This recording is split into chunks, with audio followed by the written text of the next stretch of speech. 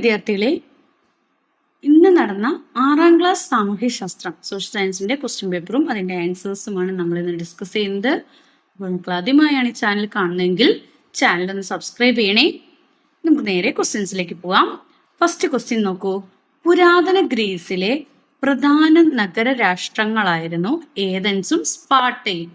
പുരാതന ഗ്രീസിലെ നഗര രാഷ്ട്രങ്ങളായ ഏതൻസ്, സ്പാർട്ട എന്നിവയുടെ സവിശേഷതകൾ ഉൾപ്പെടുത്തി ആശയപടം പൂർത്തിയാക്കുക എന്നാണ് നിങ്ങളോട് പറഞ്ഞിരിക്കുന്നത്. നമുക്ക് നോക്കാം ഏതൻസിന്റെയും സ്പാർട്ടയുടെയും. അപ്പോ ഏതൻസിൽ നിങ്ങൾ എന്തൊക്കെ എഴുതണം? ഫസ്റ്റ് വൺ എന്താണ്? കല, സംസ്കാരം, അല്ലേ? കല, ആർട്ട്, കൾച്ചർ അല്ലേ, എന്നിവയ്ക്ക് പ്രധാനം നൽകിയ വിദ്യാഭ്യാസമായിരുന്നു. കല, സംസ്കാരം എന്നിവയ്ക്ക് പ്രാധാന്യം നൽകിയ വിദ്യാഭ്യാസമായിരുന്നു. രണ്ടാമത്തെ എന്താണ്? ആൺകുട്ടികൾക്ക് 2 വർഷത്തെ നിർബന്ധിത സൈനിക സേവനം, അല്ലേ? മിലിറ്ററി 2 വർഷത്തെ നിർബന്ധിത സൈനിക സേവനം ആൺകുട്ടികൾക്ക്. മൂന്നാമത്തേത് എന്താണ്? പിന്നെന്താ? ശക്തമായ കപ്പൽപ്പടയും സൈനിക വ്യൂഹവും, അല്ലേ? ശക്തമായ കപ്പൽപ്പടയും നേവി ഉണ്ടായിരുന്നു, അല്ലേ? നേവി ഉണ്ടായിരുന്നു, ആർമി ഉണ്ടായിരുന്നു. അപ്പൊ ശക്തമായ നേവിയും ആർമിയും ഉണ്ടായിരുന്നു, അല്ലേ? അതുപോലെ ആർട്ടും നമ്മുടെ കൾച്ചറിനൊക്കെ പ്രാധാന്യം നൽകിയ വിദ്യാഭ്യാസമായിരുന്നു, എഡ്യൂക്കേഷൻ ആയിരുന്നു. പിന്നെ ആൺകുട്ടികൾക്ക് 2 വർഷത്തെ നിർബന്ധിത സൈനിക സേവനം, അല്ലേ? മിലിറ്ററി 2 വർഷം കുട്ടികൾ നിർബന്ധമായും സൈനിക സേവനം അനുഷ്ഠിക്കണം, ആൺകുട്ടികൾ. അതാണ് ഏതൻസിൽ വരുന്നത്. ഇനി സ്പാർട്ടയിൽ എന്തൊക്കെയാണ് വരുന്നത്? പരമ്പരാഗത മൂല്യങ്ങൾക്ക് പ്രാധാന്യം. പിന്നെന്താണ്? സൈനിക പരിശീലനത്തിന് മുൻതൂക്കമുള്ള വിദ്യാഭ്യാസമായിരുന്നു. പിന്നെ ആൺകുട്ടികൾക്ക് 23 വർഷത്തെ നിർബന്ധിത സൈനിക സേവനം. അതാണ് സ്പാർട്ടയിൽ. ഇനി ബിയിൽ നമുക്ക് നോക്കാം. താഴെ തന്നിരിക്കുന്നവയിൽ നിന്ന് പുരാതന ഗ്രീസുമായി ബന്ധപ്പെട്ട ശരിയായ പ്രസ്താവന തിരഞ്ഞെടുത്തെഴുതുക. ഒളിമ്പിക്സ് ആരംഭിച്ചത് ഇവിടെ നിന്നാണ്. ഭരണ സൗകര്യത്തിനായി നിരവധി സത്രപികളായി വിഭജിച്ചിരുന്നു. സരതുഷ്ട ദർശനം രൂപം കൊണ്ടു. പാശ്ചാത്യ നാഗരികതയുടെ ജന്മസ്ഥലമാണ്. ഏതാണ്? എ. ഒളിമ്പിക്സ് ആരംഭിച്ചത് ഇവിടെ നിന്നാണ്. നെക്സ്റ്റ് രണ്ടാമത്തേതിലേക്ക് പോവാം. രണ്ടാമത്തേതില് ആദിമ മനുഷ്യർ രൂപം കൊണ്ടത് ദശലക്ഷക്കണക്കിന് വർഷങ്ങൾക്ക് മുമ്പാണ്. പരിണാമഘട്ടങ്ങളിലെ മനുഷ്യവർഗങ്ങളും അവരുടെ സവിശേഷതകളും ക്രമരഹിതമായി നൽകിയിരിക്കുന്നു. അവ ശരിയായി ക്രമീകരിച്ച് കണ്ടെത്തി എഴുതാനാണ് പറഞ്ഞിരിക്കുന്നത്. ഹൊമിനിഡുകൾ എന്ന് പറയുന്നത് ഏതാണ്? ഡി. ഇരുകാലിൽ നടത്തം. രണ്ടാമത്തെ ഹൊമിനോയിഡുകൾ സി. 4 കാലിൽ നടത്തം. മൂന്നാമത്തെ ഹോമോ ഇറക്റ്റസ് ബി. നിവർന്നു നിൽക്കുന്ന മനുഷ്യർ. നാലാമത്തത് ഹോമോ ഹാബിലസ് ഉപകരണ നിർമ്മാതാക്കൾ. ഓക്കെ, അങ്ങനെയാണെങ്കിൽ ഇതിൽ ഏതായിരിക്കും കറക്റ്റ് ഓപ്ഷൻ? ബി ആണ് കറക്റ്റ് ഓപ്ഷൻ. ഇനി നെക്സ്റ്റ്, മധ്യശിലായുഗത്തിൽ നിന്ന് നവീന ശിലായുഗത്തിലേക്ക് കടന്നപ്പോൾ മനുഷ്യ ജീവിതത്തിൽ എന്തെല്ലാം പുരോഗതികൾ ഉണ്ടായി എന്നാണ് ചോദിച്ചിരിക്കുന്നത്. കുറിപ്പ് തയ്യാറാക്കാൻ എന്തായിരിക്കും? സ്റ്റാർട്ടിങ് അഗ്രികൾച്ചർ, കൃഷി ആരംഭിച്ചു. പിന്നെന്താണ്? വീൽസ് കണ്ടുപിടിച്ചു, അല്ലെ? ചക്രം കണ്ടുപിടിച്ചു. പിന്നെ എന്താണ്? മൺപാത്രങ്ങൾ നിർമ്മിച്ചു. ക്ലേ പോട്ട്സ് നിർമ്മിച്ചു, മൺപാത്രങ്ങൾ നിർമ്മിച്ചു. ഓക്കെ, ഇനി നെക്സ്റ്റ് മൂന്നാമത്തെ ക്വസ്റ്റ്യൻ. വെങ്കല യുഗത്തിൽ നദികൾ കേന്ദ്രീകരിച്ച് സംസ്കാരങ്ങൾ രൂപപ്പെട്ടു. താഴെ പറയുന്ന പ്രസ്താവനകളിൽ ശരിയല്ലാത്തത് ഏതാണെന്നാണ് ചോദിച്ചിരിക്കുന്നത്. ഹാരപ്പൻ സംസ്കാരത്തിന്റെ പ്രധാന സവിശേഷതയാണ് നഗരാസൂത്രണം. മെസോപ്പൊട്ടോമിയക്കാരുടെ എഴുത്ത് സമ്പ്രദായത്തെ വിശുദ്ധമായ എഴുത്ത് എന്ന് വിശേഷിപ്പിക്കുന്നു. ഹൊയാങ്ഹോ നദീതീരത്തിലാണ് ചൈനീസ് സംസ്കാരം ഉടലെടുത്തത്. ഈജിപ്ഷ്യൻ രാജാക്കന്മാർ ഫറോവ എന്ന പേരിൽ അറിയപ്പെടുന്നു. ഇതിലേതാണ് ശരി? ചോദിച്ചിരിക്കുന്നത് ശരിയല്ലാത്തത് ഏതാണെന്നാണ് ചോദിച്ചിരിക്കുന്നത്. ശരിയല്ലാത്തത് ബി ആണ്. മെസ്സോപൊട്ടോമിയക്കാരുടെ എഴുത്തു സമ്പ്രദായത്തെ വിശുദ്ധമായ എഴുത്ത് എന്ന് വിശേഷിപ്പിക്കപ്പെടുന്നു. ബി നോക്കാം. സംസ്കാരങ്ങളുടെ സവിശേഷതകൾ പരിശോധിച്ച് തന്നിരിക്കുന്ന പട്ടിക ശരിയായി ക്രമീകരിക്കാനാണ് പറഞ്ഞിരിക്കുന്നത്. ഈജിപ്ഷ്യൻ സംസ്കാരം, മെസ്സോപ്പൊട്ടോമിയൻ. അപ്പൊ ഈജിപ്ഷ്യൻ സംസ്കാരത്തില് കൊയ്റോ നഗരം വന്നിട്ടുണ്ട്. അടുത്തത് ഏതാണ്? നെക്സ്റ്റ് പിരമിഡുകൾ. അതിനുശേഷം ഏതാണ്? നൈലിന്റെ ദാനം. നൈലിന്റെ ദാനം. ഇനി മെസ്സോപ്പൊട്ടേമിയൻ സംസ്കാരത്തില് നദികൾക്കിടയിലെ പ്രദേശം. അടുത്തത് എന്താണ്? ചാന്ദ്ര പഞ്ചാംഗം.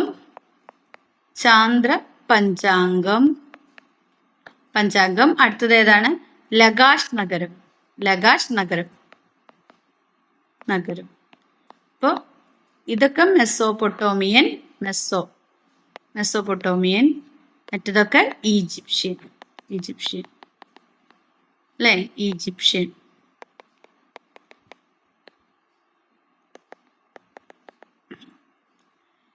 Next B. വെങ്കലയുഗ സംസ്കാരങ്ങളിൽ നിലനിന്നിരുന്ന എഴുത്തു സമ്പ്രദായങ്ങളുടെ ചിത്രങ്ങൾ നിരീക്ഷിക്കൂ. അവ ഏതെല്ലാം സംസ്കാരങ്ങളുമായി ബന്ധപ്പെട്ടിരിക്കുന്നു എന്ന് എഴുതുക. ക്യൂണിഫോം ലിപി ഏതുമായിട്ടാണ് ബന്ധപ്പെട്ടിരിക്കുന്നത്? മെസ്സോപ്പൊട്ടോമിയ അല്ലെ? മെസ്സോപ്പൊട്ടോമിയാണ്. ഹൈറോഗ്ലിഫിക്സ് ലിപി ഈജിപ്ഷ്യൻ സംസ്കാരവുമായിട്ടാണ്.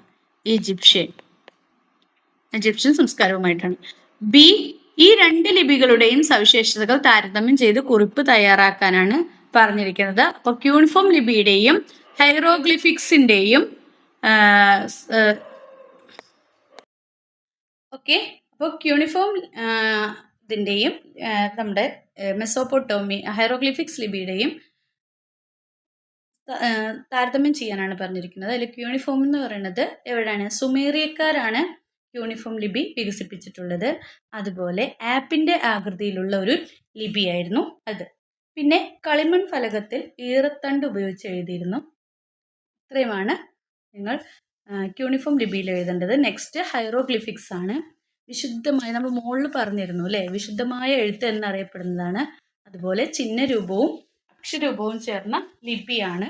വലത്തു നിന്ന് ഇടത്തോട്ടാണ് ഇത് എഴുതുന്നത്.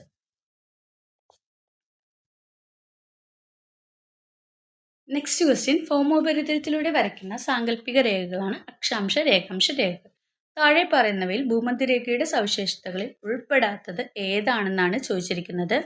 ഇതാണ് ഏറ്റവും വലിയ അക്ഷാംശവൃത്തം. ഭൂമധ്യരേഖയെ അടിസ്ഥാനമാക്കി ഭൂമിയെ 2 അർദ്ധഗോളങ്ങളായി സങ്കല്പിക്കാം. 0 ഡിഗ്രി അക്ഷാംശരേഖ ധ്രുവങ്ങളെ തമ്മിൽ ബന്ധിപ്പിക്കുന്നു. ഇതിലേതായിരിക്കും? ഡി ആണ്. ധ്രുവങ്ങളെ തമ്മിൽ ബന്ധിപ്പിക്കുന്നു. B question. ഗ്ലോബിന്റെ മാതൃക വരച്ച് തന്നിരിക്കുന്ന അക്ഷാംശരേഖകളെ കൃത്യതയോടെ രേഖപ്പെടുത്തുക എന്നാണ് പറഞ്ഞിട്ടുള്ളത്. ഓക്കെ, അത് അടയാളപ്പെടുത്തുക. നെക്സ്റ്റ് 5ാമത്തെ ക്വസ്റ്റ്യൻ. ജനങ്ങൾ രൂപീകരിച്ച ഏറ്റവും ഉന്നതമായ സാമൂഹിക രാഷ്ട്രീയ സ്ഥാപനമാണ് രാഷ്ട്രം. രാഷ്ട്രവുമായി ബന്ധപ്പെട്ട പ്രസ്താവനകളിൽ നിന്ന് ശരിയായവ കണ്ടെത്തി എഴുതാനാണ് പറഞ്ഞിരിക്കുന്നത്. എ എന്ന് പറയുന്നത് ജനങ്ങളുടെ അവകാശങ്ങൾ സംരക്ഷിക്കുന്നത് രാഷ്ട്രമാണ്. ജനങ്ങളില്ലാതെയും രാഷ്ട്രത്തിന് നിലനിൽക്കാം. രാഷ്ട്രം നിലനിൽക്കണമെങ്കിൽ സ്ഥിരവും കൃത്യമായി നിർവചിക്കപ്പെട്ടതുമായ ഭൂപ്രദേശം അനിവാര്യമാണ്. രാഷ്ട്രം ഒരു താൽക്കാലിക സ്ഥാപനമാണ്. ഇതിൽ ഏതാണ് നമുക്ക് എഴുതേണ്ടത്? രാഷ്ട്രവുമായി ബന്ധപ്പെട്ട പ്രസ്താവനയിൽ നിന്ന് ശരിയായത് മാത്രം കണ്ടെത്തി എഴുതാനാണ് പറഞ്ഞിരിക്കുന്നത്. എയും സിയുമാണ്. ജനങ്ങളുടെ അവകാശങ്ങൾ സംരക്ഷിക്കുന്ന രാഷ്ട്രമാണ്. രാഷ്ട്രം നിലനിൽക്കണമെങ്കിൽ സ്ഥിരവും കൃത്യവുമായ നിർവചിക്കപ്പെട്ട ഭൂപ്രദേശം അനിവാര്യമാണ്. ഇനി ബി ചോദിച്ചിരിക്കുന്നത് രാഷ്ട്രത്തിലെ ജനങ്ങളുടെ ക്ഷേമം ഉറപ്പുവരുത്തുന്നതിൽ ഗവൺമെന്റിന്റെ പങ്ക് എന്ന വിഷയത്തെ ആസ്പദമാക്കി നടത്തുന്ന ചർച്ചയിൽ അവതരിപ്പിക്കുന്നതിനാവശ്യമായ വിവരങ്ങൾ കൂട്ടിച്ചേർക്കാനാണ് പറഞ്ഞിരിക്കുന്നത്. രാഷ്ട്രത്തിലെ ജനങ്ങളുടെ ക്ഷേമം ഗവൺമെന്റ് ഉറപ്പുവരുത്തുന്നു. പിന്നെ എന്തൊക്കെയാണ്? രാഷ്ട്രവും ജനങ്ങളും തമ്മിലുള്ള ബന്ധം സജീവമായി നിലനിർത്താൻ സഹായിക്കുന്നത് ഗവൺമെന്റാണ്. അപ്പോൾ രാഷ്ട്രവും ജനങ്ങളും തമ്മിലുള്ള ബന്ധം സജീവമായി നിലനിർത്താൻ സഹായിക്കുന്നത് ആരാണ്? ഗവൺമെന്റാണ്. പിന്നെ ക്രമസമാധാനം, നിയമവാഴ്ച, പ്രതിരോധം, വിദേശ ബന്ധങ്ങൾ, റോഡുകൾ, പിന്നെ പാലങ്ങൾ, കുടിവെള്ളം തുടങ്ങിയ എല്ലാം കൈകാര്യം ചെയ്യുന്നത് ആരാണ്? ഗവൺമെൻറ്റാണ്. അപ്പോൾ ഇതിനൊക്കെ വേണ്ടിയിട്ടാണ് നമ്മൾ ഗവൺമെൻറ്റിനെ തിരഞ്ഞെടുക്കുന്നത്. അപ്പോൾ ഇങ്ങനെയുള്ള എന്തെങ്കിലും 3 പോയിന്റ്സ് എഴുതാനാണ് പറഞ്ഞിരിക്കുന്നത്. നെക്സ്റ്റ്, പുരാതന ഇന്ത്യയിൽ രൂപം കൊണ്ട 2 ദർശനങ്ങളാണ് ബുദ്ധമതവും ജൈനമതവും. ജൈനമത ആശയപ്രകാരം ത്രിരത്നങ്ങളിൽ ഉൾപ്പെട്ടത് ഏത് എന്നാണ് ചോദിച്ചിരിക്കുന്നത്. ശരിയായ ആഹാരം, ശരിയായ വിശ്വാസം, ശരിയായ അറിവ്, അല്ലേ? Right food, right belief, right knowledge. അപ്പം ഇത് അങ്ങോട്ടും ഇങ്ങോട്ടും തിരിച്ച് തന്നിരിക്കുകയാണ്. അപ്പം ഏതായിരിക്കും ശരിയായ ഓപ്ഷൻ എന്ന് പറയുന്നത്? ഓപ്ഷൻ ബി ആണ് ശരിയായ. റൈറ്റ് ബിലീഫ്, റൈറ്റ് നോളജ്,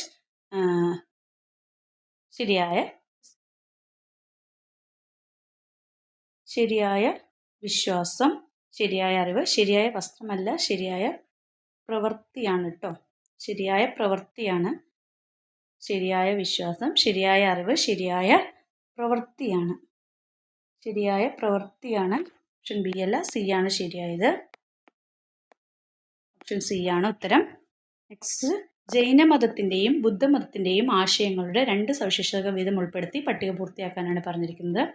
ജൈനമതവും ഉണ്ട്, ബുദ്ധമതവും ഉണ്ട്. അപ്പോൾ ജൈനമതത്തിൻ്റെ പ്രത്യേകത എന്താണ്? എല്ലാ വസ്തുക്കൾക്കും ജീവനുണ്ട്. ബുദ്ധമതം ഹിംസിക്കാതിരിക്കുക. അടുത്തത്, ജൈനമതത്തിൽ ജീവനുള്ള ഒന്നിനെയും ഉപദ്രവിക്കരുത്, അതായത്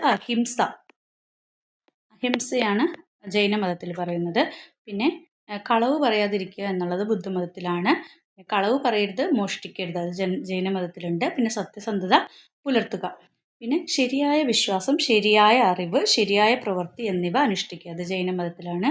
അന്യരുടെ സ്വത്ത് ആഗ്രഹിക്കരുത്, അത് ബുദ്ധമതത്തിലാണ്. അപ്പോൾ ജൈനമതത്തിൽ ജീവനുള്ള ഒന്നിനെയും ഉപദ്രവിക്കരുത്, അതാണ് അഹിംസ എന്ന് പറയുന്നത്. കളവ് പറയരുത്, മോഷ്ടിക്കരുത്. ശരിയായ വിശ്വാസം, ശരിയായ അറിവ്, ശരിയായ പ്രവൃത്തി എന്നിവ അനുഷ്ഠിക്കുക. നെക്സ്റ്റ് ബുദ്ധമതമാണ്. കളവ് പറയാതിരിക്കുക, സത്യസന്ധത പുലർത്തുക, അന്യരുടെ സ്വത്ത് ആഗ്രഹിക്കാതിരിക്കുക.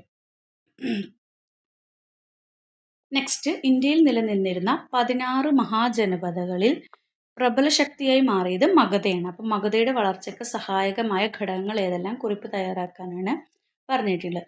അപ്പോൾ എന്തൊക്കെയായിരുന്നു മഗധയുടെ? ഒന്ന്, ശക്തരായ ഭരണാധികാരികളും ശക്തമായ സൈന്യവും, അല്ലേ? നല്ല സ്ട്രോങ് ആയിട്ടുള്ള ആർമി ഉണ്ടായിരുന്നു, നല്ല സ്ട്രോങ് ആയിട്ടുള്ള റൂളേഴ്സും ഉണ്ടായിരുന്നു, ഭരണാധികാരികളും ഉണ്ടായിരുന്നു. നെക്സ്റ്റ്, ഗംഗയുടെയും ട്രിബ്യൂട്ടറീസിൻ്റെയും, ഗംഗ റിവേഴ്സിൻ്റെയും അതിൻ്റെ ട്രിബ്യൂട്ടറീസിൻ്റെയും, ഗംഗയുടെയും പോഷക നദികളുടെയും സാമീപ്യം കൊണ്ടുണ്ടായ ഫലഭൂയിഷ്ഠമായ മണ്ണുകൾ, അല്ലേ? ഫലഭൂയിഷ്ഠത. പിന്നെന്താണ്? നമ്മുടെ അഗ്രികൾച്ചർ, അല്ലേ? കാർഷിക മേഖലയിലും വാണിജ്യ രംഗത്തും ഉണ്ടായ പുരോഗതി എന്ന് പറയുന്നത്. പിന്നെ ഇരുമ്പയിരിൻ്റെ സാന്നിധ്യം എന്ന് പറയുന്നത്. ഇനി നെക്സ്റ്റ്, അപ്പോൾ അതാണ് മഗധയുടെ വളർച്ചയ്ക്ക് സഹായകരമായ ഘടകങ്ങൾ ഇതൊക്കെയാണ്. അപ്പോൾ ഇത് കുറിപ്പായിട്ട് എഴുതാനാണ് പറഞ്ഞിരിക്കുന്നത്. ഇനി താഴെ തന്നിരിക്കുന്നവയിൽ മഗധയുമായി ബന്ധപ്പെട്ടവയിൽ തെറ്റായ പ്രസ്താവന ഏതാണെന്നാണ് ചോദിച്ചേക്കുന്നത്. എന്തൊക്കെയാണ് തന്നിരിക്കുന്നത്? ഗംഗയുടെയും പോഷക നദികളുടെയും സാമീപ്യം കൊണ്ടുണ്ടായ ഫലഭൂയിഷ്ഠത മഗധയുടെ വളർച്ചയെ സഹായിച്ചു. മഗധയുടെ ആദ്യകാല തലസ്ഥാനമായിരുന്നു പാടലിപുത്ര. ചന്ദ്രഗുപ്ത മൗര്യൻ മഗധയോടൊപ്പം സമീപ പ്രദേശങ്ങൾ കൂട്ടിച്ചേർത്ത് മൗര്യരാജ്യം സ്ഥാപിച്ചു. മഗധയുടെ ഭരണാധികാരിയായിരുന്നു ധനനന്ദൻ. അപ്പോൾ ഇതിലേതാണ്? മഗധയുടെ ആദ്യകാല തലസ്ഥാനമായിരുന്നു പാടലിപുത്ര. അപ്പോൾ ഇത്രയൊക്കെയാണ് നിങ്ങളുടെ എക്സാമുമായി ബന്ധപ്പെട്ടിട്ടുള്ള ആൻസർ കീ ഉള്ളത്. അപ്പോൾ വീഡിയോ നിങ്ങൾക്ക് ഉപകാരപ്രദമെങ്കിൽ ലൈക്ക് ചെയ്യുക, ഷെയർ ചെയ്യുക. ആദ്യമായി ചാനൽ കാണുന്ന കൂട്ടുകാരുണ്ടെങ്കിൽ ചാനൽ സബ്സ്ക്രൈബ് ചെയ്യണേ. Then see you again. Thank U.